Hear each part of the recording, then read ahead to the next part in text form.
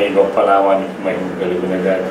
TV దగ్గర కూర్చున్న వారికి, యూట్యూబ్లో చూస్తున్న బిడ్డలకి, గ్యాబ్రియల్ మినిస్ట్రీస్ తరఫున, ఈ కలవరి యేసు ప్రార్థనా మందిరం తరఫున మీ అందరికీ కూడా దేవాతి దేవుడు యేసు ప్రభు సియోనులో దీవించాలని ఒక అభిషక్తుడిగా ప్రార్థించిన అతి కాలం బట్టి మీకు కలిగినవన్నీ దేవాతి దేవుడు దీవించాలని ప్రభు పేరట వేడుకుంటాను. అందరూ బాగున్నారా? గ్యాబ్రియల్ మినిస్ట్రీస్ ఛానళ్ళన్నీ కొట్టుకొని మీరు సబ్స్క్రైబ్ చేసుకోగలిగితే మరి దాదాపు ఒక 100 మెసేజ్ల దాకా ఇప్పుడు అప్లోడ్ చేయడం జరిగింది. మళ్ళీ ఇంకా చేస్తూ ఉంటాం. మీ ప్రార్థన అవసరాల కోసం ఈ మా నెంబర్కి ఫోన్ చేయండి. 9963491772 గ్యాబ్రియల్ మినిస్ట్రీస్ అని కొడితే యూట్యూబ్లో మన ఛానల్ వచ్చింది, మన ఫోన్ నెంబర్ కూడా వచ్చింది. మీ ప్రార్థన అవసరతలు ఉంటే ఫోన్ చేయండి. ప్రార్థన అవసరతలు అనారోగ్యంగా ఉన్న ఏ సమయమైనా సరే, ఎనీ టైం, అసలు నా ఫోన్ ఎప్పుడు కూడా స్విచ్ ఆఫ్ ఉండదు. మా ప్రార్థనా బృందం మీ అవసరం కోసం, మీ పని కోసం ప్రార్థనలో ప్రభు పాదాలు దగ్గర పెడతారు. చిన్న మనవి, అందరూ కూడా చూడండి, ఆలోచించండి. మీ ఆత్మని దేవుడు కదిలించబడితే, దేవుడు మీకు ఏదైనా ప్రేరేపిస్తే మా మినిస్ట్రీస్ కోసం మీ అనుదిన ప్రార్థనలో జ్ఞాపకం చేసుకోండి. వాక్య భాగంలోకి వెళ్దాం. అందరూ కూడా తీయండి. పేతురు రాసిన మొదటి పత్రిక 2వ అధ్యాయము 11-12 వచనాలను మనం ఈ రోజున నేర్చుకుందాం. అందరూ కూడా తీయండి. Page number 215. దేవుని పిల్లలారా, మీ పిల్లలను స్వాధీనపరుచుకుని చక్కగా పరిశుద్ధాత్ముడు మీతో ఏం మాట్లాడతాడో నేర్చుకోండి. అలాగే ఈరోజు అంశం పేరు ఏంటి అంటే, ఆత్మలో క్రియ ఉన్నదా అంటే అందరూ చెప్పాలి. ఆత్మలో క్రియ ఉన్నదా? ఆత్మలో క్రియ లేకపోతే నువ్వెంత భక్తి చేసినా, నిన్నటి దినాన్ని నువ్వు బల్లలో చేయి వేసినా, ప్రభు భోజనంలో పాల్గొన్నా, రొట్టె విసుటలో కానీ, సంస్కార ఆరాధనలో ఉన్నా ఉపయోగం లేదు. అలా కాకుండా తండ్రి, కుమార, పరిశుద్ధాత్మ నామంలో బాప్తిస్ము పొందిన నీవు, మారు మనసు పొందిన నీవు, రక్షణ పాత్రని పొందిన నీవు ఎలా ఉండాలంటే, నీ ఆత్మలో క్రియలు జరగాలి, నీ కుటుంబంలో కార్యాలు జరగాలి, నువ్వు ఎక్కడికి వెళితే అక్కడ సువాసనగా, లోకానికి వెలుగుగా ఉండాలి. అట్టి వెలుగు ఈ పేతురు భక్తుడు సంపాదించుకున్నాడు కనుక మనం కూడా మన ఆత్మలో క్రియ ఉందా లేదా అని పరిశోధన చేసుకుందాం. అందరూ కూడా తలలో తండ్రి చిన్న ప్రార్థన చేసుకుని ముందుకెళ్దాం. పరిశుద్ధమైన దేవానికి వందనాలు, స్తుతులు, స్తోత్రాలు నాయన. ఈ టీవీ ఛానల్లో మాట్లాడుతుండగా నీ కృపా కనికరాలను దయచేయండి. వింటున్న బిడ్డలకి వినగలిగిన చెవుని, గ్రహింపగలిగిన హృదయాన్ని వారికి దయచేసి నీ నామ సంకీర్తన చేసే భాగ్యాన్ని దయచేయండి. నా పెదవులను అపవిత్రమైన పెదవులు కలిగిన నన్ను నాయన నీ పరిశుద్ధ అగ్నితో కాల్చి నీ పోరుగా నన్ను వాడుకుని నన్ను మరుగుపరిచి మీరే మహిమ పొందమని యేసు నామములో అడుగుతున్నాము తండ్రి. ఆమేన్. ఆమేన్. మీ అందరికి వందనాలు. శ్రద్ధగా చూద్దాం. చదువమ్మా. పేతురు రాసిన మొదటి పత్రిక 2వ అధ్యాయము 11వ వచనం 12వ వచనం. ప్రియులారా, మీరు పరదేశులను యాత్రికులై ఉన్నారు గనుక ఆత్మకు విరోధముగా పోరాడు శరీరాశులను విసర్జించి అన్ని జనులను మిమ్మల్ని ఏ విషయంలో దుర్మార్గులని దూషించురో ఆ విషయములలో వారు మీ సత్క్రియలను చూచి వాటిని బట్టి దర్శన దినమున దేవుని మహిమపరిచినట్లు వారి మధ్యన మంచి ప్రవర్తన గల మహిమపరిచినట్లు వారి మధ్యను మంచి ప్రవర్తన గల. మనము అన్ని జనాంగంలో సంచరించేటప్పుడు, అందరితో కలిసి ఉండేటప్పుడు నీ పరిశుద్ధాత్మ నిన్ను మంచి మాటలు పలుకుటకు, మంచి కార్యాలను పాలివాడు అవటానికి నీలో ఆత్మ ఉంటేనే కార్యాలు జరుగుతాయి. అందరూ దూషిస్తారు, అందరూ నిందిస్తారు. తండ్రి అయిన యేసు ప్రభునే నిందించారు.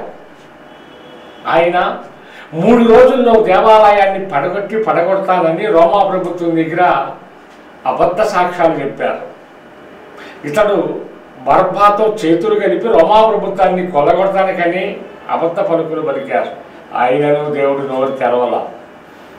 పిలాతు అడుగుతాడు, ఈ బోధకుడిలో నాకేమీ కనిపించలేదు, ఏ మోసకరమైన మాటలు కానీ ఏ అపవిత్రమైనది కూడా ఏదీ నాకు కనిపించలేదు అని అంటే వారు కాదు అని అంటారు. ఈ ఆత్మలో క్రియ ఆత్మలో క్రియ అంటే నీవు ఏ స్థలంలో ఉన్నా, ఏ బిడ్డలతో మాట్లాడినా, ఎక్కడ ఉన్నా నీ ఆత్మ నిన్ను గద్దించింది, నీ ఆత్మ నిన్ను సరిచేసింది, పరిశుద్ధ స్థలంలోకే నడిపించింది. నీవు ఆత్మ పొందిన వాడివైతే. ఆత్మ లేకపోతే ఈ పేతురు గారి లాగా ముమ్మారు పేతురు గారు అబద్ధం ఆడాడు, మనందరికీ తెలుసు, అవునా? ఆయన ముమ్మారు ఆడాడని మనం ఏం చేస్తున్నామంటే ఆ 3 అమ్మట ఒక 0ని యాడ్ చేస్తున్నాం. అప్పుడు ఏమవుతుంది? 30 సార్లు అబద్ధం ఆడవచ్చు కదా మనం అంటున్నాం. పైపెచ్చు విశ్వాసులైన మీరు బహు తెలివి కలిగిన వారు, ఎబ్రీ పిల్లలాగా జ్ఞానవంతురాలు.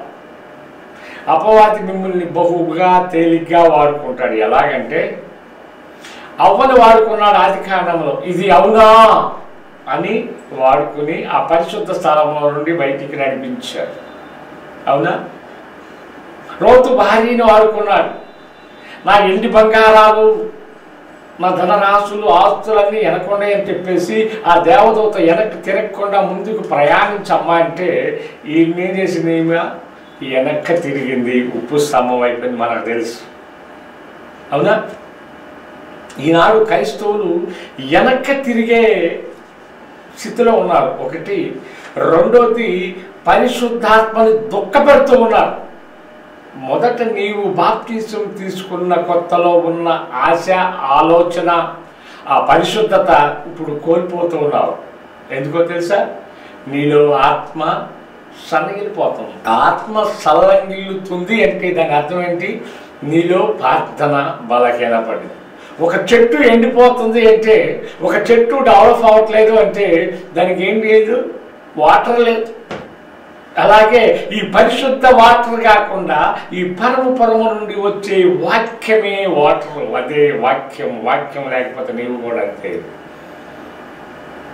నీవు నేను ఎలా ఉండాలంటే ఎప్పటికప్పుడు మన ఆత్మీయ జీవితాన్ని సరి చేసుకుంటూ ఆత్మలో క్రియ జరిగేటట్టు ఉండాలి. మన ప్రార్థన గెలుచున్న కుటుంబంలో ఎలా ఉండాలంటే సమృద్ధి ఉండాలి.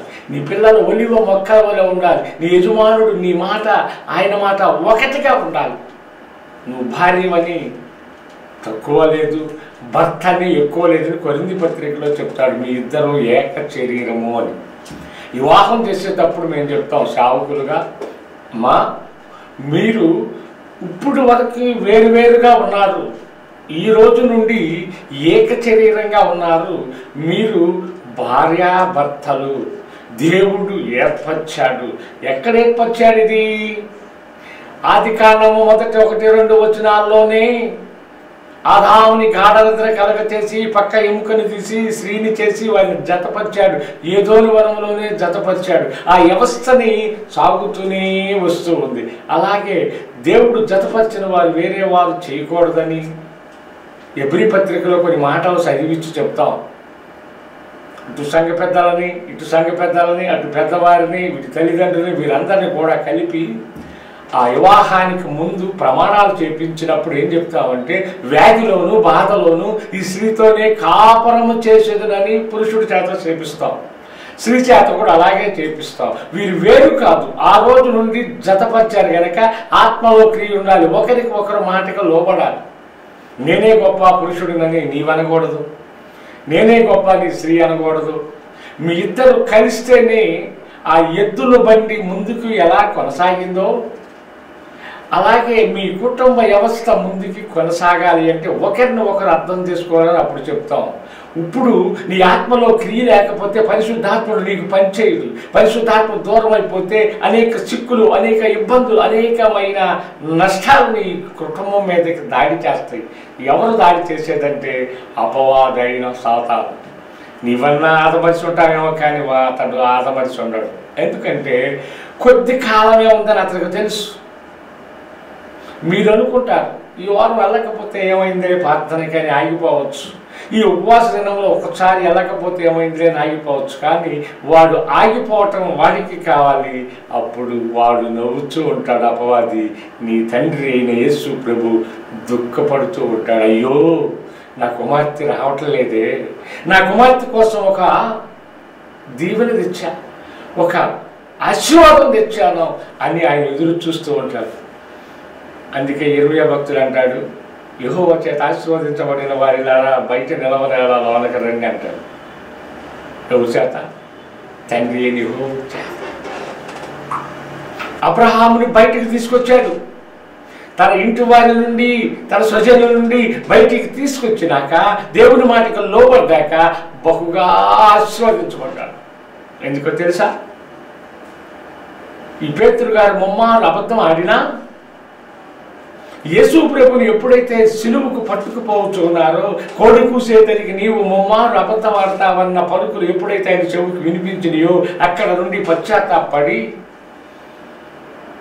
ఆ పెంటెకోస్తు దినముల 120 మందిలో కలిసి పరిశుద్ధాత్మని పొందుకున్న తర్వాత ఇంకెక్కడ వెనక తిరిగి చూడలా. హల్లెలూయా! ఎందుకో తెలుసా?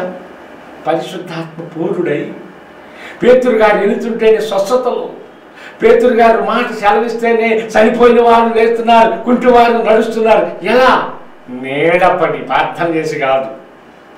సృష్టికర్త యేసు ప్రభు నడుస్తుంటే స్వస్థతలు జరగల. సృష్టికర్త యేసు ప్రభు ఎవరిని కూడా ప్రార్థన చేయకుండా కార్యాలు చూడాల. ఎందుకు ఈ పేతురు యోహానుకి అంతలా శక్తి వచ్చిందంటే, పేతురు గారితో యోహానుతో భక్తులు అంటాడు, మీరు నా పట్ల ఆవగింజలో సగభాగ విశ్వాసం కలిగి ఉంటే కొండలాంటి సమస్యలైనా నాకన్నా గొప్ప కార్యాలు చేస్తారని సృష్టికర్త యేసు ప్రభు వాగ్దానం చేశాడు. గనక కవిత అనే చిన్నది చనిపోయినా పేతురు గారు ప్రార్థన చేయకుండా కవిత లేచి రాగానే లేచి వచ్చింది. యేసు ప్రభు లాజరును లేపడానికి ప్రార్థన చేశాడు. ఏం చేశాడు? ప్రార్థన చేశాడు. యేసు ప్రభు వారు ప్రతి దానికి ప్రార్థనతో తండ్రిని వేడుకుని చేశాడు. ఇప్పుడు కూడా మన కోసం తండ్రిని వేడుకుంటున్నాడు. ఏమని?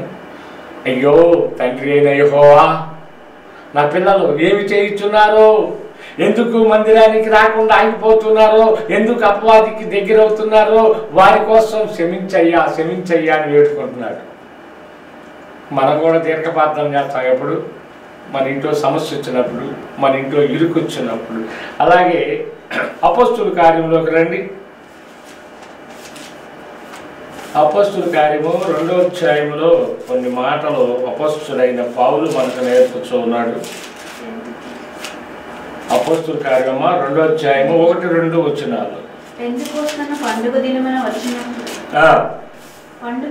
వచ్చినప్పుడు అందరూ ఒక చోట కూడి ఉండేది.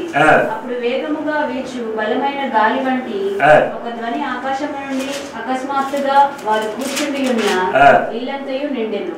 మరియు అగ్నిజ్వాలల వంటి నాలుకలు విభాగింపబడి వారికి కనబడి వారిలో ఒక్కొక్కరి మీద రాలగా అందరూ పరిశుద్ధాత్మతో నిండిన వారై ఆ ఆత్మ వారికి వాక్శక్తిగా అనుగ్రహించిన కొలది.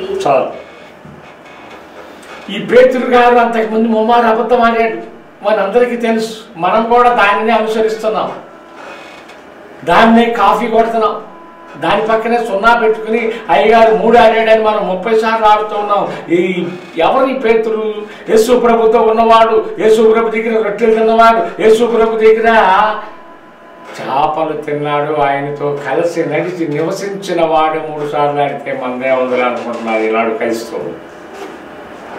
అలా కాకుండా ఎప్పుడైతే మేడగది ప్రార్థనలోకి ఏకీపించాడో అప్పుడు పరిశుద్ధాత్మను పొందుకుని ఆ 120 మంది మీద పరిశుద్ధాత్మ అభిషేకం దిగింది. గనక ఈ అబద్ధమాడిన పేతురు, అపవిత్ర పెదవులు కలిగిన ఈ పేతురు పరిశుద్ధాత్మని పొందుకున్నప్పుడు ఆత్మలో క్రియలు మొదలైపోయినాయి. హల్లెలూయా!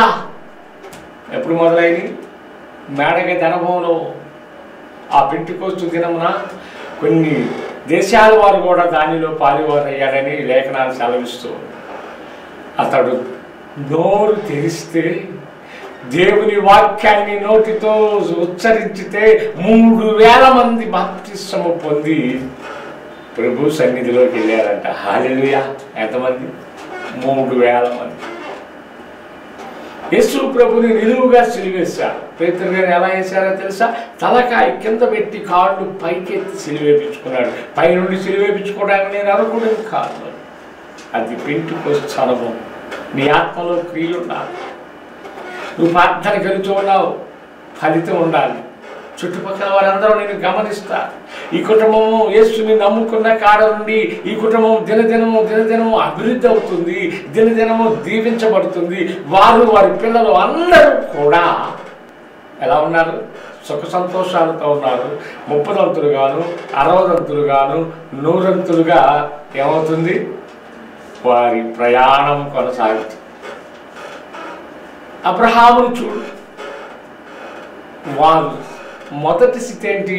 వారు తండ్రి గారు చేసిన విగ్రహాలను అమ్ముకుంటూ వారి ప్రయాణాన్ని, వారి కుటుంబ వ్యవస్థ ముందుకు వెళ్ళినట్టుగా చూస్తాం ఆదికాండంలో.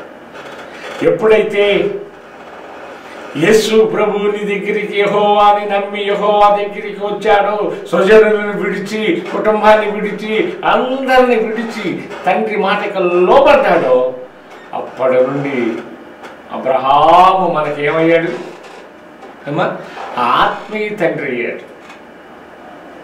ఎవరికి?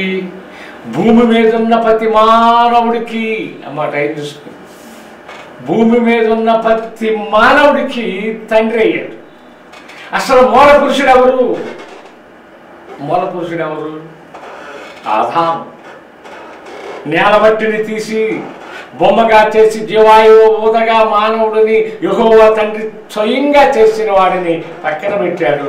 అబ్రహాముని పైకి లేపాడు. హల్లెలూయా! ఎందుకో తెలుసా?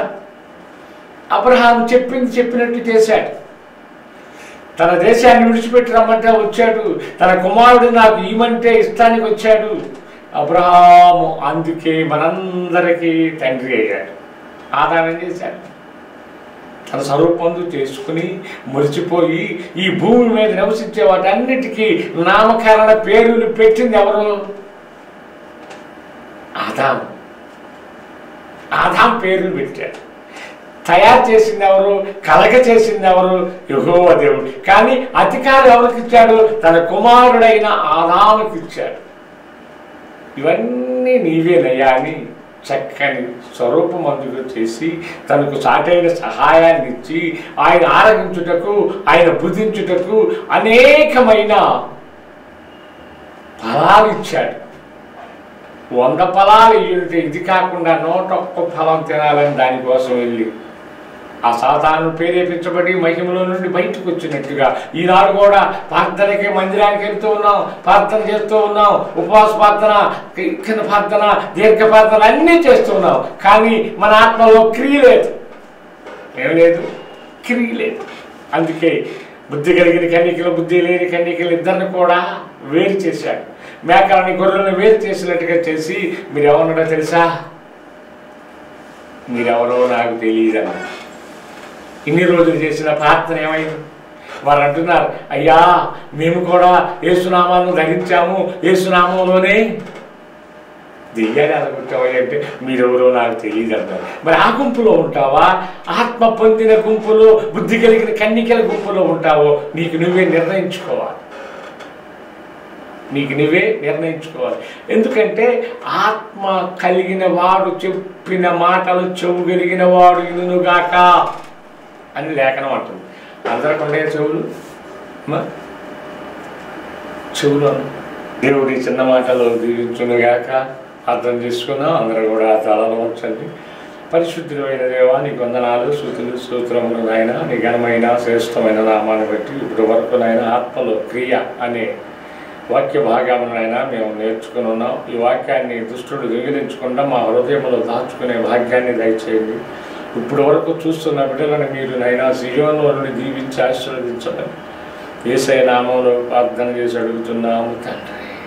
ఆమేన్. ఆమేన్. మీ అందరికి వందనాలు.